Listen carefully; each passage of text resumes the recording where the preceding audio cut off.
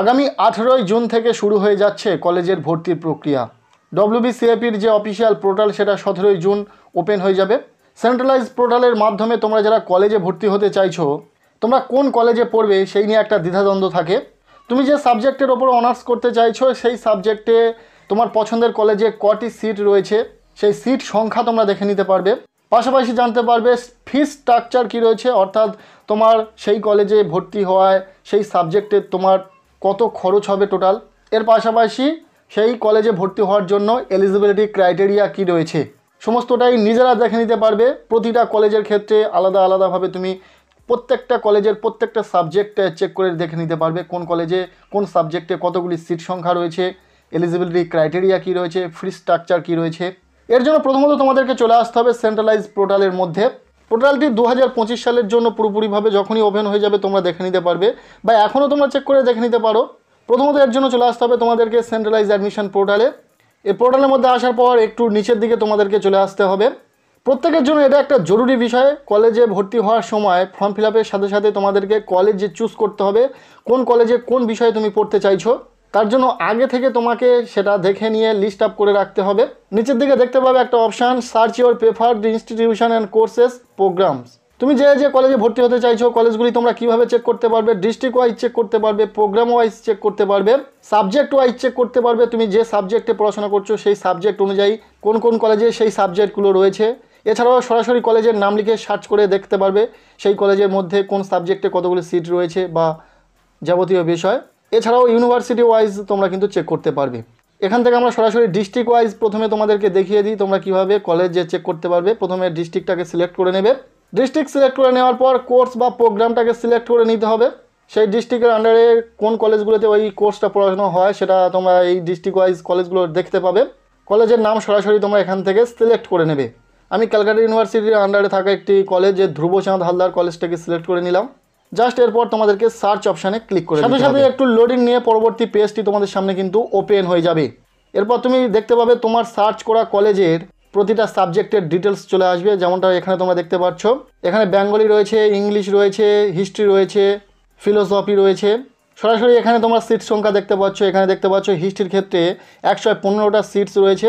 এছাড়াও তোমরা সিট ম্যাট্রিক্সের ওপর ক্লিক করে রিজার্ভ ক্যাটাগরির মধ্যে কতগুলো করে সিট রয়েছে তোমরা দেখে নিতে পারবে। জাস্ট তোমরা সিট ম্যাট্রিক্স অপশানে ক্লিক করে দেবে। সাথে সাথে তোমরা দেখতে পাবে টোটাল সিটস কত রয়েছে। নিচে তোমরা দেখতে পাচ্ছ আনরিজার্ভড ক্যাটাগরির কত সিট রয়েছে, ওবিসি ক্যাটাগরি কত সিট রয়েছে, এসসিদের জন্য কত সিট রয়েছে, এসটিদের জন্য ক্যাটাগরি ওয়াইজ কত সিট রিজার্ভ রয়েছে। সমস্তটাই তোমরা এইভাবে দেখে নিতে পারবে।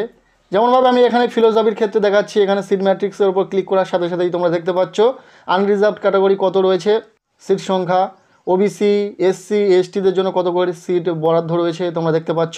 টোটাল সিট সংখ্যা তো তোমরা বাইরেই দেখতে পাচ্ছ, বা এখানে সিট ম্যাট্রিক্সের ওপর ক্লিক করলেও সেটা দেখতে পাচ্ছ। এইভাবে তোমরা খুব সহজে প্রতিটা কলেজের সিট সংখ্যা দেখে নিতে পারবে। রিজার্ভ ক্যাটাগরির ক্ষেত্রে কত সিট সংখ্যা রয়েছে সেটাও দেখে নিতে পারবে। পাশাপাশি তোমরা দেখে নিতে পারবে এলিজিবিলিটি। সিট সংখ্যা দেখার পাশাপাশি সেই সাবজেক্টটি তুমি ভর্তি হতে চাইলে এলিজিবিলিটি চেক করে নিতে পারবে। জাস্ট এলিজিবিলিটি অপশানে ক্লিক করে দেবে।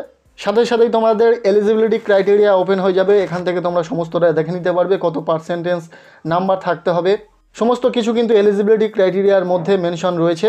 এই এলিজিবিলিটি চেক করা খুব বেশি প্রয়োজন হয় না, তবুও যারা দেখে রাখতে চাইছো দেখে রাখতে পারো।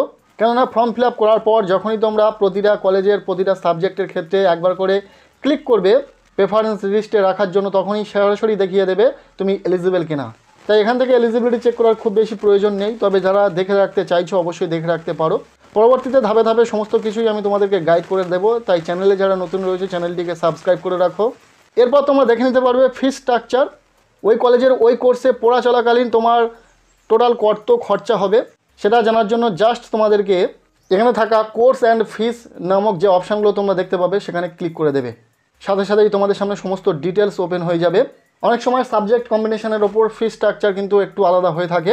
সাবজেক্ট কম্বিনেশনের ওপর একটি গুরুত্বপূর্ণ ভিডিও তোমাদের সাথে শেয়ার করব খুব শীঘ্রই, অবশ্যই চ্যানেলের সঙ্গে থেকো। খুবই গুরুত্বপূর্ণ ভিডিও আগামী দিনে আসতে চলেছে। কলেজে ভর্তি সংক্রান্ত সমস্ত তথ্য পাওয়ার জন্য অবশ্যই তোমাদেরকে সবটা জানার দরকার। শুধুমাত্র এই একটা কলেজ কেন, তোমরা প্রতিটা কলেজের ক্ষেত্রে কিন্তু এইভাবে দেখে নিতে পারবে কোন সাবজেক্টে কতগুলো সিট রয়েছে বা এভরিথিং। যেহেতু আমরা ডিস্ট্রিক্ট ওয়াইজ সার্চ করে দেখিয়েছি, এবার আমরা কলেজ ওয়াইজ সার্চ করব। ডাইরেক্ট কলেজের নাম লিখে সার্চ করে দেখে নেব সেই কলেজে কতগুলি সাবজেক্ট রয়েছে এবং প্রতিটা সাবজেক্টের ক্ষেত্রে কী সিট সংখ্যা রয়েছে, এলিজিবিলিটি ক্রাইটেরিয়া কী রয়েছে। সো এখান থেকে আমি সরাসরি একটি কলেজের নাম সার্চ করছি, আশুতোষ কলেজ। কিছুটা লেখার পর কিন্তু অটোমেটিক দিয়ে দেবে এখানে কলেজের নাম, তোমরা ক্লিক করে সরাসরি সার্চ অপশানে ক্লিক করে দেবে। একটু লোডিং নিয়ে পরবর্তী পেজটি ওপেন হয়ে যাবে।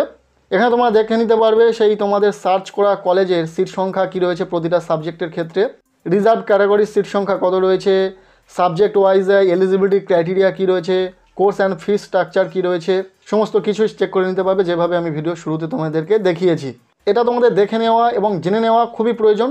ফর্ম ফিল আপের আগে অবশ্যই তোমাদেরকে সিলেক্ট করে রাখতে হবে তুমি কোন কোন কলেজে ভর্তি হতে চাইছো, কোন সাবজেক্টের ওপর তুমি অ্যাপ্লাই করতে চাইছো কলেজে ভর্তির সময়।